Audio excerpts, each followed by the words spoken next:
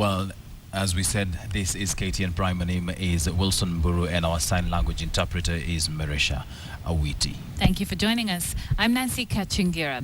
Now, like we said, we begin tonight yet again with the story of the country's troubled labor industry. And this is a happier one. A day after we highlighted the horror of the health workers' strike in Machakos County, that boycott has now been called off. Health workers at the Machakos Level 5 hospital returned to work just a few hours ago after a return-to-work formula was agreed upon between the workers and the county government. KTN's Richard Tinina begins our coverage on this Tuesday night.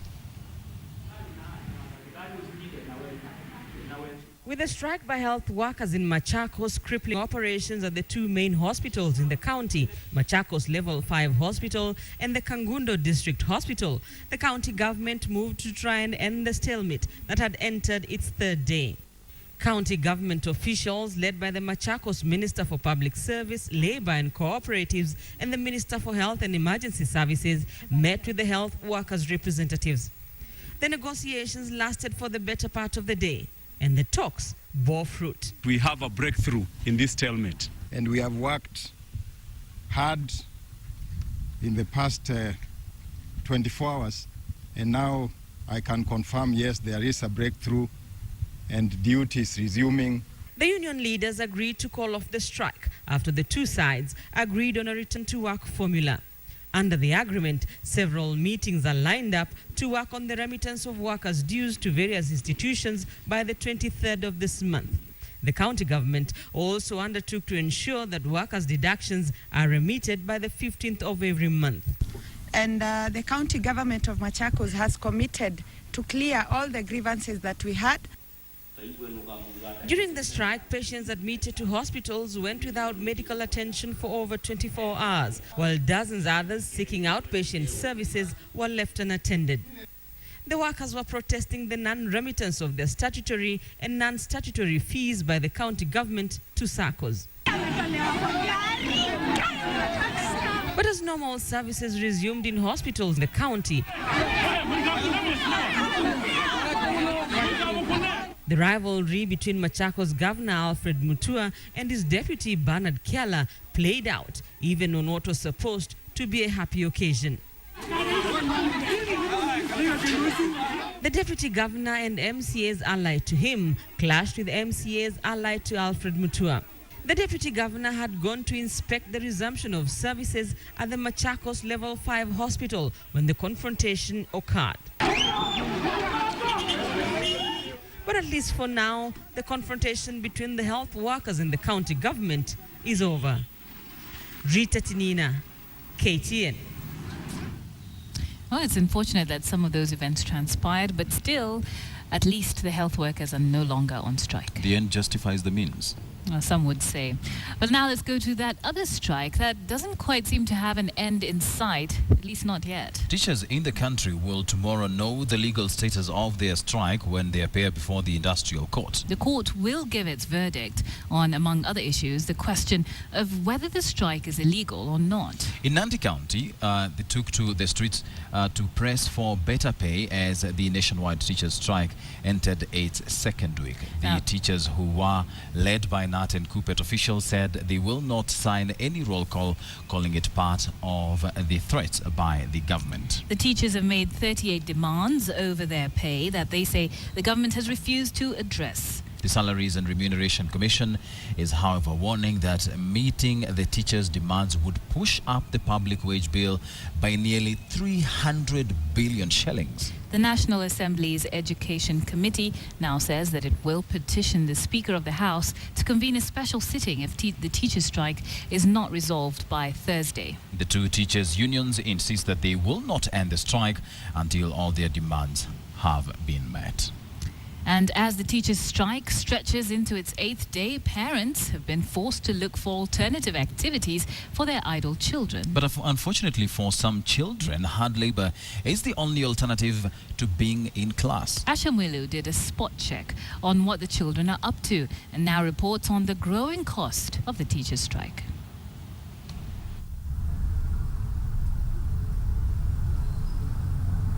Angela Musangi has had to bring her hearing-impaired son to school. Although everyone has been talking about the teachers' strike, 9-year-old Alpha still doesn't understand why he can't come to school. Nimekuja na yeye cause amekuwa akinisumbua kila dakika, nataka kwenda shule. Sasa nimemwambia lazima tukuje aone klasi yao imefungwa na hakikishe pia penye nimekuta headmistress aone na amini kweli hakuna shule, kuna mgomo. Yeye anasema anaona askipo venye hata aoni walimu wao. Anasema tena anaona ni vimbaya venye wakuji shule. Pia amekaa sana kama aoni wenzake.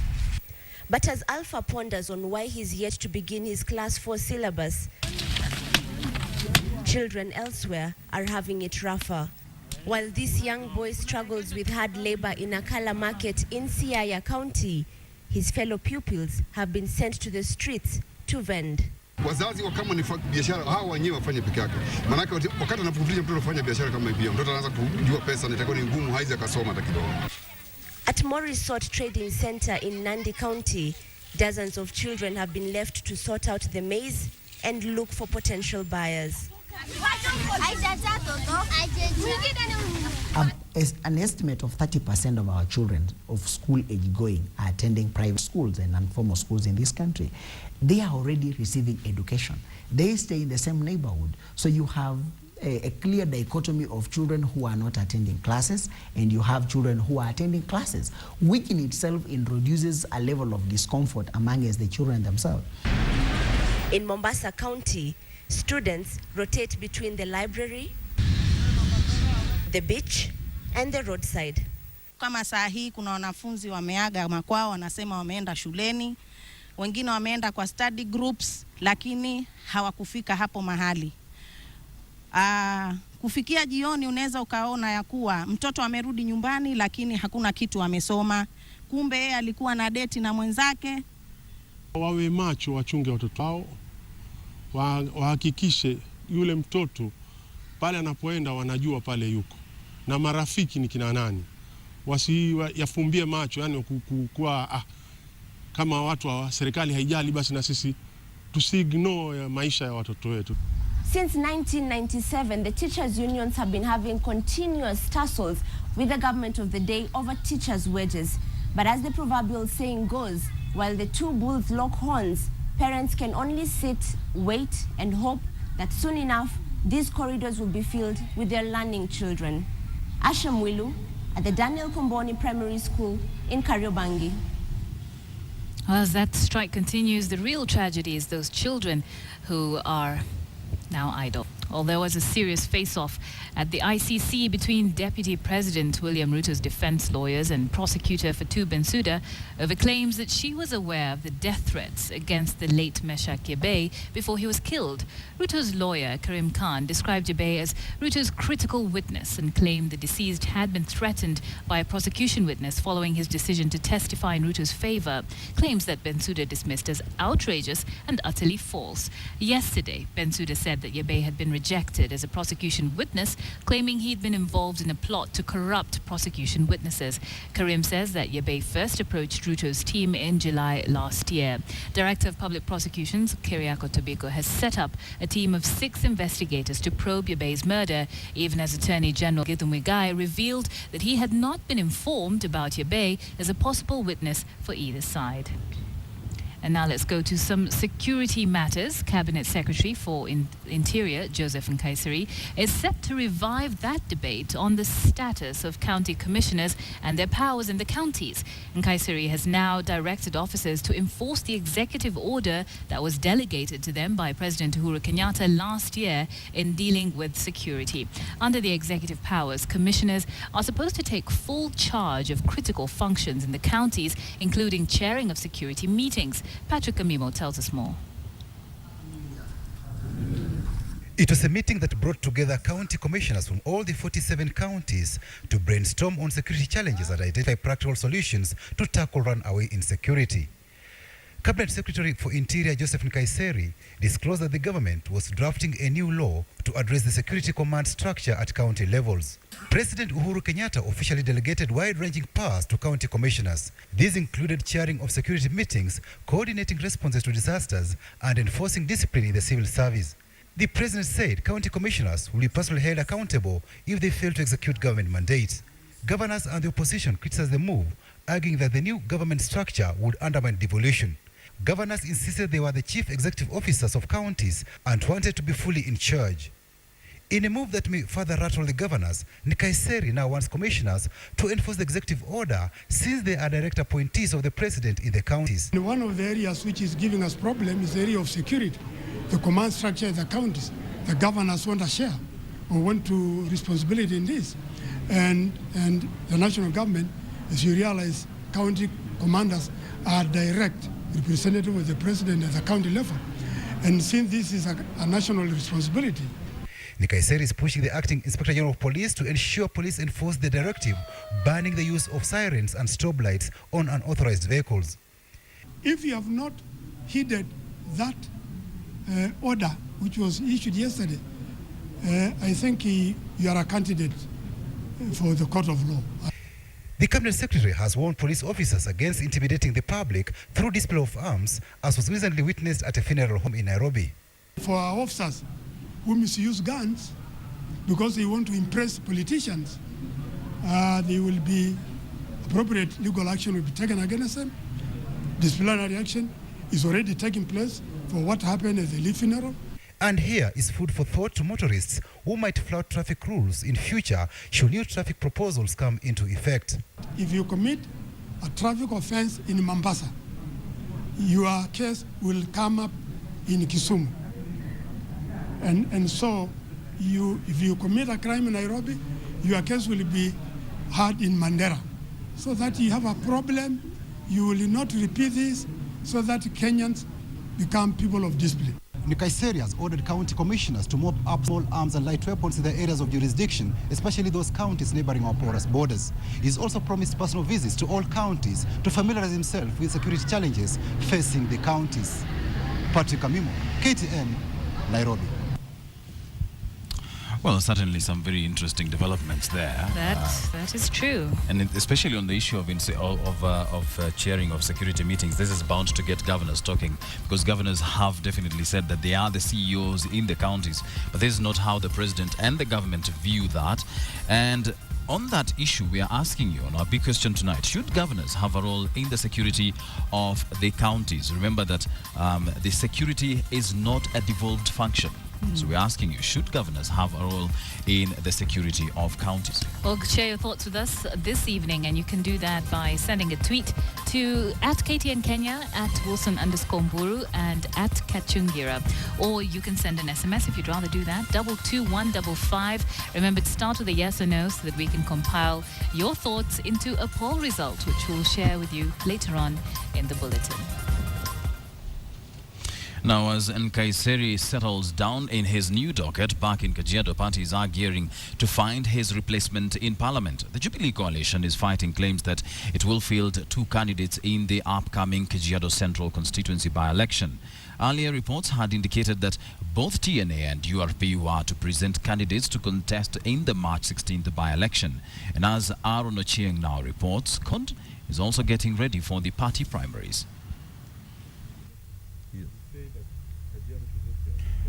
The two political coalitions in the country, ruling Jubilee and opposition CORD, are flexing their muscles ahead of what promises to be an epic battle to fill the vacant Kajiado Central parliamentary seat.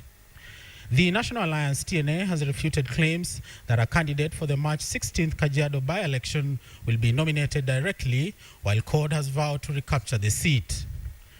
Jubilee's latest strategy is to field one candidate, unlike earlier indications that both URP and TNA would present different candidates. As Jubilee coalition, we have never fielded more than one candidate in any by-election that has happened after the general election of 2013. We have always sat down as a family and we field one candidate and we back that candidate as Jubilee coalition. We shall not have any divisions based on how long you've been in the party. We shall not look favorably on anyone because they've been in the party longer than the other. TNA is, the doors are always open, as you have seen when you came to this office. On their side, CORD is yet to receive interest from other affiliate parties, meaning it's only ODM that will field a candidate. ODM's National Election Board was this morning finalizing vetting of interested candidates ahead of party primaries. The National Elections Board and the National Executive Committee members are going to be in Kajiado still to meet with our candidates and some of our party supporters. And from there, we are not going to rest until we are through with the exercise and be able to have one of them declared as a candidate for the Kajiado Central by-election. And we are prepared completely to go ahead and retain our seat.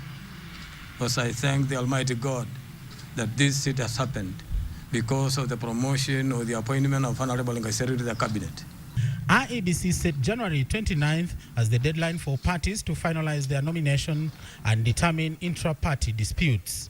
Nomination papers are to be submitted on February 16th and 17th, the official campaign period being from February 18th to March 14th. ODM had initially demanded that the Jubilee coalition avoid fielding a candidate, arguing that the president had poached Nkaiseri, who had been elected on an ODM ticket. Aaron Ocheng, KTN.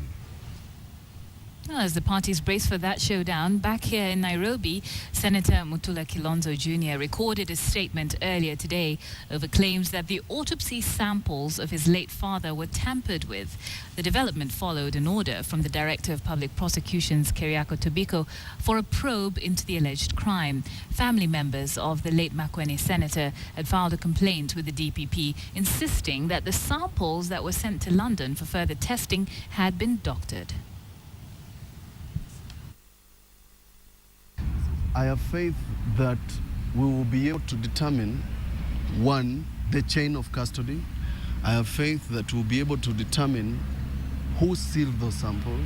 I have faith that we'll be able to determine the manner in which those samples were ferried and how those samples arrived either unsealed or tampered with. Because as a family, we still do not know the references of tampered with or unsealed. We would like to know the details. The samples we are referring to were the samples of his stomach, his liver, his pancreas, his brain, his muscles, etc. Those are the samples I'm referring to. I strongly believe that there was a cover-up and interference, and the sole purpose of attempting to interfere with my father's samples is so that we do not get a conclusive finding of the cause of death, because remember I have stated that the chief government pathologist had confirmed that in fact because of technical challenges in the country, they could not get what is called as detailed toxicology reports. So the persons who have interfered with my father's samples are determined to ensure that we never quite get to the actual cause of the substance that caused him to die. Let's now go to the North Rift, where farmers and environmentalists are raising the alarm of an invasive weed that has now eaten up more than 4,000 acres of the Cherangany forest. The weed, known as yellow cestrum, is not even eaten by livestock, and as Masikandia now reports, even farms are now at risk. From afar, it would seem as if the forest is thriving, but it's not. It's actually being choked by a weed, one that is yet to be fully understood. But the residents here know that it is no good. Ikisha mea inashikana mizizi mpaka hata miti yenyewe, hakuna mahali hata mnyama inaweza kulala. Kwa hivyo tumeona ya kwamba hii miti kwa miaka karibu 20 ama 10 na kitu ijayo itakuwa imetumalisia msitu. The weed is scientifically known as Cestrum urantiacum, or yellow cestrum. Locals refer to it as Chemam ara, loosely translated to as that which cannot be eaten by livestock. Since the eviction of settlers from the forest, the weed has so far invaded over 4,000 acres in the indigenous Cherangany forest. Unaikuta inamea hapa sasa. Baada wiki moja unakuta imemea ngambo ile. Baada wiki ile imemea huko, sijui nini inapeba. Maana hata ukiguza ina harufu mbaya. Harufu hii hata ukiingia ndani yake ikikushika ni mpaka uende utoe nguo ioshwe. ili iweze kukaa kwa njia nzuri. Residents are now appealing for urgent intervention. Their farms are also at risk, with many uprooting the weed to contain it. Wanyama wetu walikuwa ukula nyazi ndani ya hii msitu. Kwa hivyo wakati hii miti ilipoingia ndani, wakati mwingine ng'ombe inapoenda ikirudi nyumbani jioni, ng'ombe unaona tu inaanguka chini na ukufa na tumbo inafura. Wakati unachinja ng'ombe unapata ile vyakula ambayo ilikuwa imekula inachamuka. Nachamuka kuna kitu kama bofu. Kenya Forest Service say they are aware of the weed and have sent samples to the Kenya Forest Research Institute to come up with recommendations to rid it off. In the meantime, mobilizing resources to get rid of the weed manually before KEFRI comes out with a long-lasting solution of eradicating the plant. Uzalishaji wa watu kwa wengi ndio ilifanya msitu kafanya nini? Ikaisha. Ni kama umuti. Vile nasamba ni vile watu usana. In efforts to conserve forest that are water towers, the government evicted forest dwellers. Environmentalists in Elgeyo Marakwet County have raised an alarm over the invasive weed that could soon destroy the forest. Masi Kandia, KTN, Chiranganya Forest, Elgeyo Marakwet County. Well, from that strange weed, let's... Welcome back. Now, President Uhuru Kenyatta today toured the Mukuru, Kwanjenga, Korogocho and Mathare slums in Nairobi, where he launched projects aimed at upgrading the livelihoods of the people in these settlements. The projects are geared to involve the youth, further creating job opportunities. President Kenyatta also used the fora to warn that all illegally built houses will be brought down and perpetrators punished severely. Under the program, the government seeks to empower the youth by engaging 3,500 of them from each of the settlements.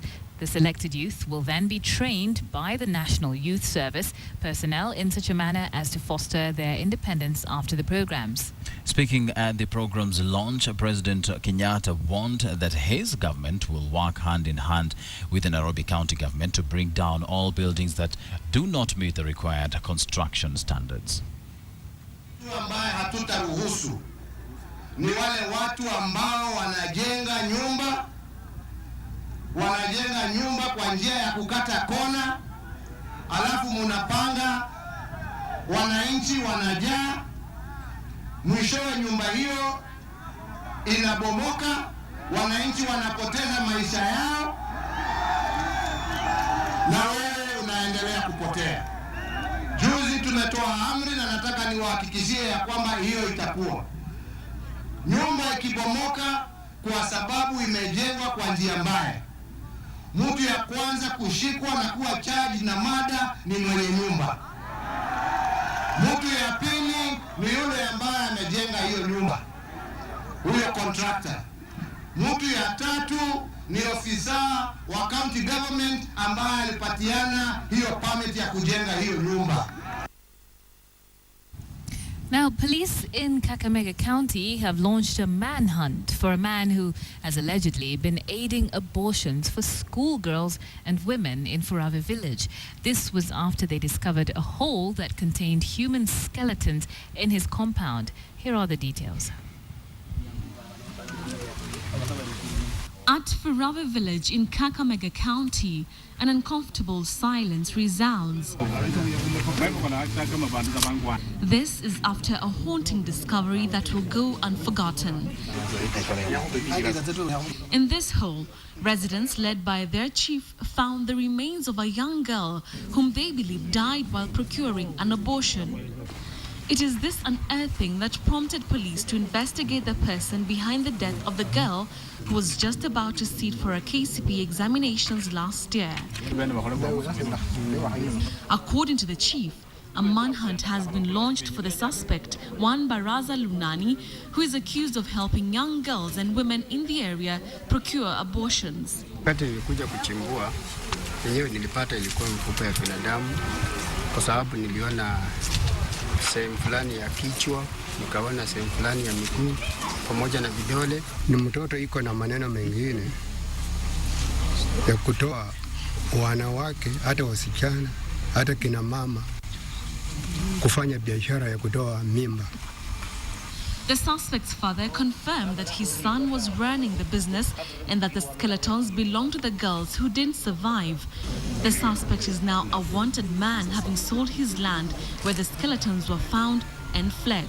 Alijua amefanya mambo hii ya kuua marehemu sababu yeye aliuza shamba namna gani. The police have appealed to the public to give information on the suspect Baraza Lunani that could lead to his arrest. Betty Kialo, KTN. My name is Abi Agina. A consortium led by Gulf Energy and Centum Investment has been cleared to proceed with the construction of 174 billion shillings coal power plant in Lamu County. This comes after the Public-Private Partnership Committee dismissed a petition filed by Hebei Construction and Liketh Investment, questioning the manner in which the tender was awarded. Here's more on that story. The prayer to quash and annul the award of tender number MOEP/RFP/15/2013-2014 to the fourth respondent is hereby rejected. It was a ruling that marked the end of a protracted court case. The petitioner is condemned to pay the costs of this petition. The ruling now paves the way for Gulf Energy and Centum to proceed with the development of the Lamu coal plant, which is poised to highly boost Centum's revenue base and profitability. It is a win for Kenyans because all the delays that has been caused on this project have been very, very expensive, and we are denying development for Kenya. The billionaire investor is now pushing for the procurement law to be reviewed to avert such cases in future, especially now that the project is way behind schedule. I appeal to change the law of procurement where anybody who wants to oppose or to contest the decision should put a penalty money on the table so that when they lose their complaints, if it is found it was not genuine, they will have to be penalties. The 174 billion shilling project was awarded to a joint bid by Centum Investments and Gulf Energy, a move that saw some bidders protest. The High Court stopped the signing of the deal on November 27th, following a suit filed by Liketh Investments challenging the award of the deal to the consortium. Liketh Investments, which had partnered with Chinese firm HCIG, claimed that both Centum and Gulf Energy had been kicked out of the evaluation stage, then snaked back in the later stages, a move the firm claims was engineered to ensure Centum got the deal. The ruling is likely to boost Centum's fortunes as the investment firm trains its eyes on high-value projects to boost shareholder returns. Abi Agina, KTN Business. Well, moving on, elections for new directors for tea factories across the country took off on a rocky start as farmers demanded explanations on who runs the factories. In Nyeri County, tea farmers allied to the Ragati tea factory paralyzed elections, arguing those vying for the posts at the factory had previously mismanaged their affairs. The dissenting farmers claimed they were dissatisfied with low payment, which they said was the least in Zone 4, amounting to 15 shillings and 85 cents per kilo as the end of the year pay. The farmers also demanded to have the number of directors reduced from the current 6 to 2, inclusive of the factory management team. Tea farmers in the country have been a disgruntled lot with poor earnings from their crop tea earnings. Factory yetu hii kiwanda ndio ililipa ile pesa kidogo sana. The government will in the next few weeks break the ground for the construction of a 17 billion shillings leather processing facility in Athi River.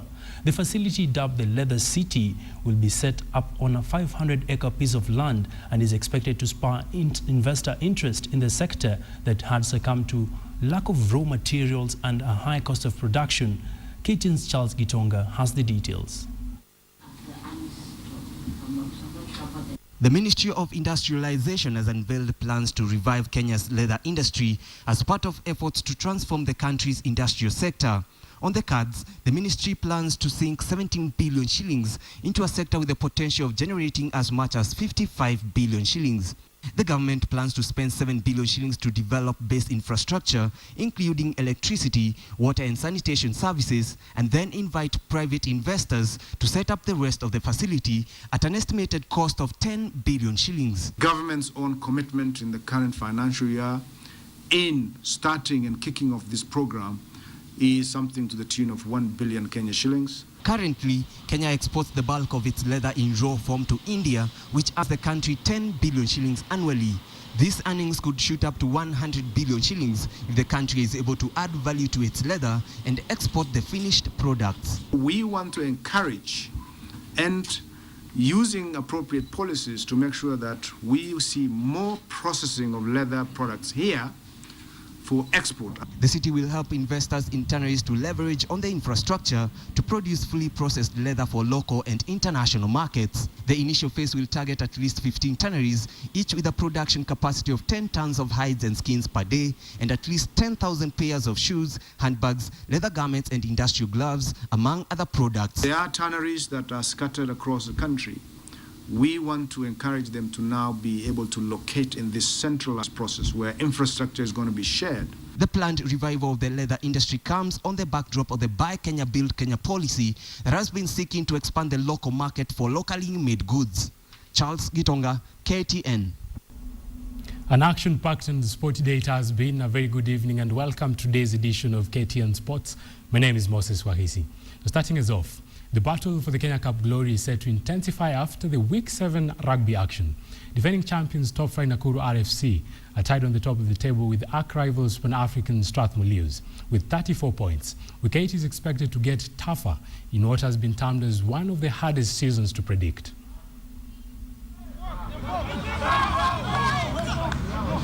Last weekend's Kenya Cup energy-sapping showpiece brought to light how hard the battle for the maiden trophy will be. Wins from the top three sides mounted more pressure on the title heavyweights. Having played 7 matches and accumulated 37 points, with 6 bonus points, defending champions Top Fry Nakuru went top of the log after their 39-6 win over Western Bulls. With the same number of points, Pan-African Strathmore Leos, who failed to add their bonus points tally after their narrow 23-22 victory against Mwamba, is placed second on the table, a single point ahead of that placed KCB. League debutantes Kabras Sugar climbed to the 4th position, swapping places with Mwamba RFC, who dropped to the 5th as the race for the playoff qualification intensifies.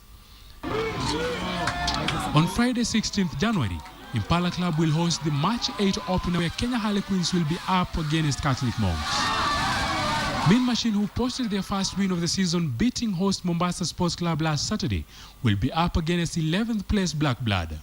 Homeboys RFC will have a cracker tie against Pan-African Strathmore Leos at the KCB Sports Club. Impala Club will host 3 matches where in an early kickoff, Resolution Impala Saracens will play Mombasa Sports Club before Total Nondis battle it out against defending champions Top Fry Nakuru. At 7 p.m, Mwamba RFC will be up against KCB, a side that was 24-10 victors of rivals Total Nondis in the last weekend's tie. And in a Western derby, Western Bulls will have a date with an impressive Kabras Sugar at the Kakamega High School grounds. 2008 800 meters Olympic champion Wilfred Bungei has urged Kenyan athletes to work hard and stay away from the performance-enhancing drugs. Though retired, Bungei disclosed that he has not been spared by the doping shame that has rocked the country. Bungei was speaking at the sidelines of a Sports Personality of the Year Awards press briefing at a Nairobi hotel earlier today. The SAY Awards recognizes outstanding performance every year, and the 11th edition of the award will be held on the 16th of this month at the KICC. The event organizers today were honored with a boost of 500,000 Kenyan shillings from the Kenyan Tourism Board and a further 1 million Kenyan shillings from the Cooperative Creameries Limited.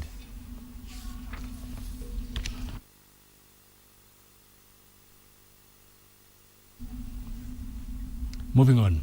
For ages now, youth development has been the core for many countries' stunning football performances. Despite putting shoulders to that will, a section of the grassroots soccer developers in Mombasa are now crying foul, claiming that the top federation appear to have given them a blind eye. KTN's Francis Ontuoma reports. At the dusty Kumbi grounds Mombasa, a game of football gets underway. It is heart-raising as two rivals face off in a thunderous showdown. On the sidelines, fans have come in their numbers, a representation of several soccer talent centers in the country. But grassroots soccer developers are still a worried lot. Naona mara nyingi vijana wanakuwa na talanta ni nyingi sehemu hii na hawapandi ngazi za juu kama wengine, kama kina Oliech, wakina Mariga, kama wao. Nafikiri ni mikakati ambazo zimewekwa na wale ambao wanasimamia michezo kama hii. Challenge zenye tunapata ni kwa kama government hivi na wenye wanasimamia football hawafiki mpaka kwa mitaa hivi, so tuna talent nyingi sana hapa lakini hawezi onekana, manake ile football yao inaishi huko juu, hawafiki mashinani. In a region highly associated with crime and drug abuse, soccer developers have teamed up to provide platform for young people to parlay their talents. And during weekends, this becomes the point of convergence for all members of the family.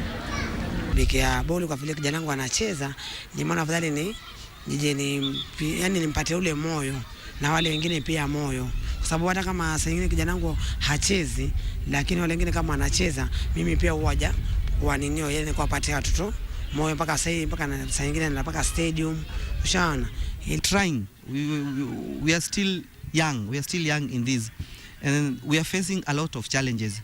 Like we lack training kits, we lack training facilities, training ground. See here, when you want to train, you need to part with something. It is hailed as the world's most popular sport. The game of soccer is one that has become a firm favorite of many Kenyans.